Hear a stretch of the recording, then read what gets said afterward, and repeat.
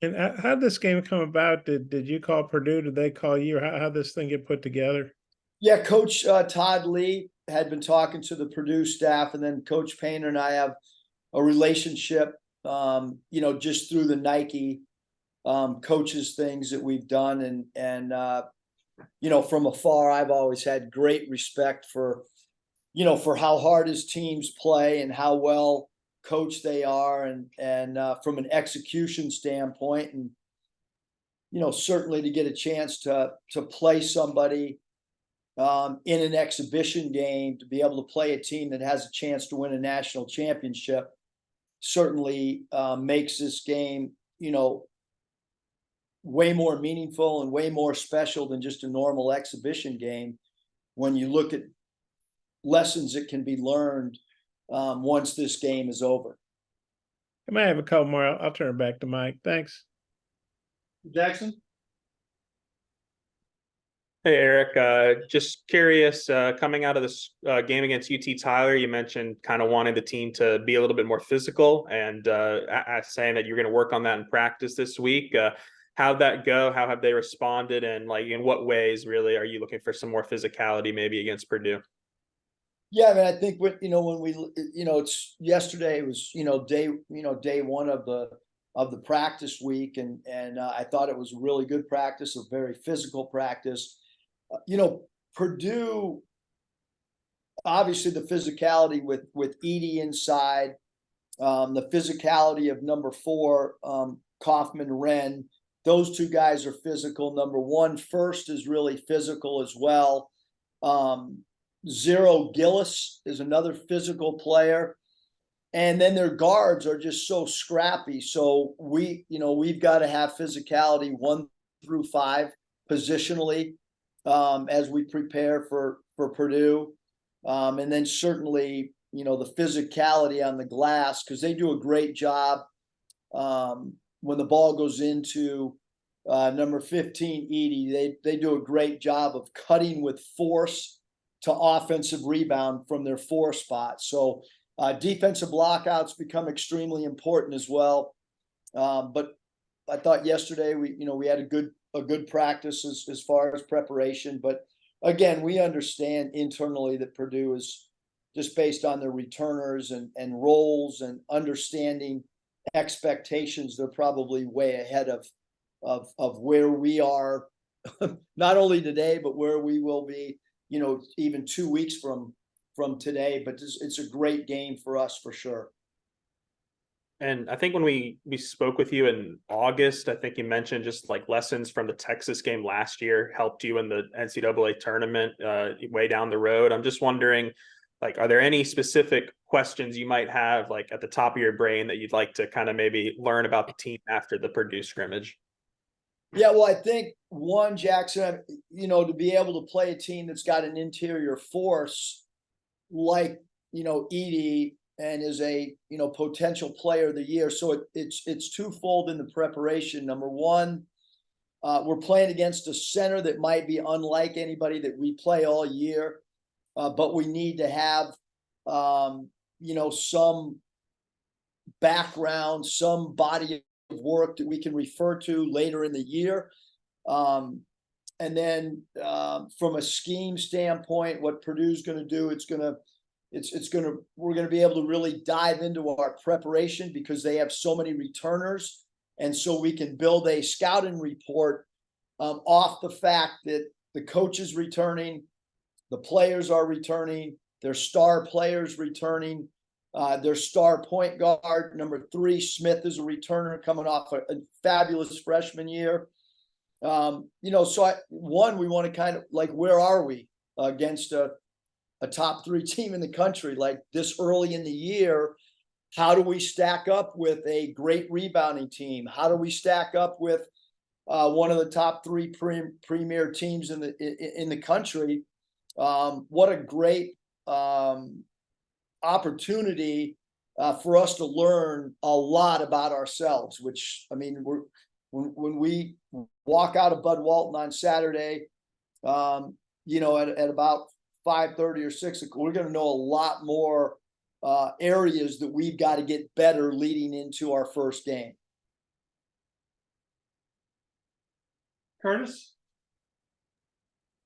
Hey, Coach, I know it's a group effort to defend a guy like Edie, but Makai kind of stands out as your biggest, most experienced body inside. I imagine he'll get a healthy dose of that matchup. Just what do you make of this kind of challenge for him in the preseason, and maybe what growth have you seen from him from the UConn game to now?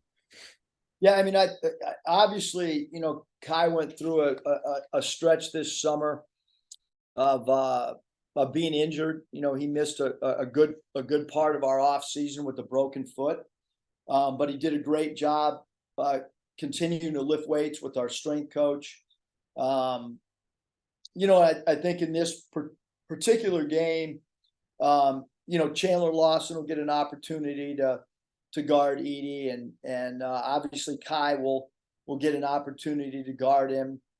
Jalen Graham, if he's able to suit up, would possibly get a chance to go in and guard him, maybe Bayfall. So there's a lot of different guys that might get the opportunity, but certainly Kai and Chandler are the two players on our roster that have the experience maybe of defending some of the more physicality guys that we could see, because it's not just Edie. Again, Kaufman-Wren is really, really physical as well inside, and was their leading scorer in their 4 games overseas. So and they'll play 2 centers together. There's a possibility that 15 Edie will play alongside Kaufman-Wren, and then we have a decision whether we'll match up big to big or whether we'll go with a big and a small and add perimeter shooting and dribble drive game against maybe 2 bigs. So those are some of the things that we'll look to experiment with once we get into that 40-minute experimental game. And you've touched on these guys a little bit, but I wanted to ask you specifically about Braden Smith and Fletcher Lawyer, a couple guys who did a lot for that team last year as true freshmen. They've got a year under their belt now. Just what's your take on that backcourt? Yeah, both. I mean, it's as good a backcourt as you're going to face. Both guys can make threes. Obviously, Smith's got great defensive awareness, and his steal numbers show that. They're both really, really high basketball players. Obviously, Lawyer's father's a longtime NBA coach and executive, and Lawyer presents problems because he understands passing angles from an offensive standpoint. He understands how to move without the ball to get himself open. Just a really, really phenomenal backcourt. And then number 55, Jones, the transfer from Southern Illinois. He's a guy that can take high volume of threes, take high volume field goal attempts in his minutes. So those 3 guards in particular, can all present problems for you. Touch. Yeah, Coach, you mentioned Graham just the other day. I know it's been a couple of days since the exhibition. Just how's he doing? He tried, yesterday. It was, I don't know. It was okay. We'll see today. I mean, he's, he tried, but, he was not going game speed or at the rate that we're not going to play him if he's like he was yesterday. I can tell you that. Gotcha. And I think I know the answer to this, but I mean, you played Texas last year, you got Purdue this year. Is this something you'd like to do every year, play a high profile game like this as an exhibition? Yeah. I don't have the stuff in front of me at all, Hutch, but you go all the way back to Nevada when we played Washington. We scheduled Washington because we felt like, we were going to get a whole dose of 40 minutes of zone, which is what we got. Our Nevada teams needed to improve against the zone. They had Thibault, who's a heck of an NBA defender, at the top of their zone. So there was, I don't know how many years ago, we were one of the first teams that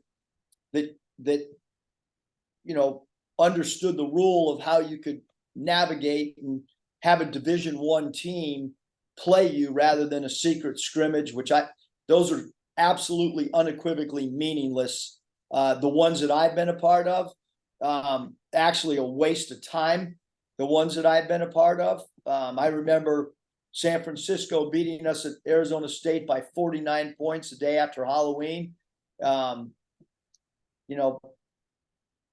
Meant nothing at all to our team or anything. So we like the dress rehearsals, I think, too, because of the fact that changing rosters. I think that it's important. I think this game's really good for Coach Painter and Purdue because we're going to have a great crowd. They're going to draw crowds wherever Purdue goes. They're going to be sold out probably every game that they go on the road because they're ranked so high and because of the returning group that he has and because they have a National Player of the Year candidate that just doesn't come into opposing buildings often. So I think this game is going to be great for them too, to play an exhibition game in front of a crowd that, right now I think we're at 14,000 seats that are sold. That's not counting the 3,000 seats that'll be held for the student body. So that's going to be really, really good for their team too, to play in front of a good crowd as well. And you mentioned the dress rehearsal aspect of it. Does that apply to the scouting reports? Because we know all about your extensive scouting reports, and you got new players. Does this kind of help them with that? In an exhibition game? I think so. We certainly don't want to go into our first game and all of a sudden it's culture shock on the preparation and what the expectations are of understanding an opposing team's second and third option in trying to take away something. So yeah, this is going to be trial by error for a lot of our new guys, because this is the first time that we're going to really dive into what we're trying to get accomplished, both offensively and defensively, based on what the film shows us. The Division II game the other night against Tyler, we basically only looked at their personnel. I thought we took a huge leap in understanding player personnel, and I thought we did a great job taking away the individual skill that the Tyler group had, other than the fact that we left their left-hander get middle on the side of the block that we were supposed to take away. But that was a good learning experience for Bay Fall to understand that if we say a guy goes over his right shoulder and he's left-handed and wants to shoot a jump hook on the right block, you better take that away. And so that's it's good for a guy to experience that and maybe get taken out of a game when the scouting report's not followed as it's supposed to be. Scotty? Eric, I'm curious, what have your impressions been of L to this point in the preseason? And is he doing, I guess, the kinds of things that you'd hoped for when you got him? Yeah, L and I had a lot of talks leading up to this on, look, he's put points on the board at the Division I level. He's put points on the board junior college. He's put points on the board against Power 5 teams on the road. You look at what he did in his conference last year against great competition. Now how do you become a more well-rounded player? I think L's excited to play around pieces that he feels like he can deliver the basketball to, and guys can either catch and shoot or make plays. And so, his growth of growing into more of a true point guard, I think, is something that he wanted and something that, that we want. And look, his Louisville experience was great for him as well, because, he played a lot of minutes. So when a player gets to experience all those minutes, and you do some things that are really great, and you do some things that you want to work on, and you do some things that maybe helped your team, and then some other things that maybe, you got to get better at to help your team. I think that Louisville experience of getting all those minutes in such a great league for him is really, really beneficial. We saw a little bit earlier, Tremont got put on the Jerry West Award watch list. I don't feel like we've talked about him much this preseason, but what have your thoughts been on him, and just how important will his play, I guess, defensively be against Purdue's backcourt? Yeah, I mean, T. Mark's aggressive, physical, confident, played for a great coach in Kelvin Sampson. Probably, as good a defensive program in the country. Their defensive schemes are a little bit different than ours. So I think that he's still in a growing, learning, development stage of how we want to play team defense. But I think as an individual defender, he's as good as anybody in the country. We feel like he can rebound a little bit more than he has in the small sample size that we have so far. But really, really excited about the offensive growth that we've seen throughout the course of the summer as well. I mean, I think he's a much improved shooter based on his individual player development stuff that he's done on his own since the time he got on campus. Bob, final questions before we get coach down to practice? Eric, in your college experience, have you faced a guy like ED, or do you have to go back to your NBA days, or is there somebody you could compare him to you faced in the past? I mean, we've gone back to some of the notes that we used when we played against Shaquille O'Neal. To be honest, I mean, I did pull out some of the old scouting reports just because of the crowd that you want Edie to play in. Meaning, the five guys on the floor, how are you going to make him feel a little bit of pressure? You've got to obviously have more than just a plan A to defend his post-up game, to defend his high-low game. He does a great job of like faking like he's going to go set a screen or receive a screen and then get a lob pass. And actually, one of our players sent clips of that, which really was a huge positive to have one of our returners pull some clips and send it to our coaching staff. That means that they're studying on their own. Are we going to trap him? Are we going to dig off of him? Are we going to? It's hard to front Edie because he'll post up right in the middle of the floor instead of the right block or the left block. And when a player posts up right in the middle of the floor, causes a little bit more problem, than just a guy on one side of the floor. So how are you going to do that? And the three players that are not guarding the passer and not guarding the post player, how are those three players, where are they going to be positioned on the floor to either A, help on Edie's catch, or B, stay attached to some great shooters who have proven they got great range from 3-point land. And we haven't even talked about a guy like 25 Morton and the way that he's improved as a player for Purdue.